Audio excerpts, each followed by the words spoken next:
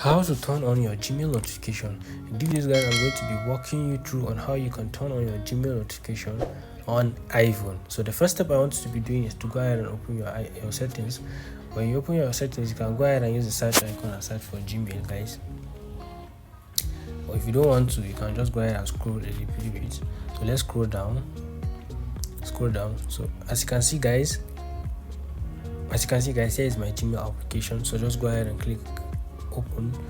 When you open, I want to look for the where it says notifications. So look for where it says notifications. So just go ahead and click on the notification. When you click on the notification, as you can see, guys, this is where you can go ahead and turn on your email notification or Gmail notification on your iPhone.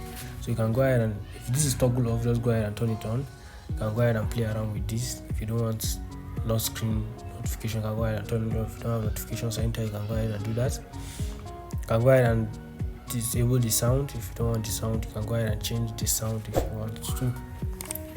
So I hope this video is helpful. If this video is helpful, don't forget to click the like and subscribe button to support the channel. See you on the next one, guys.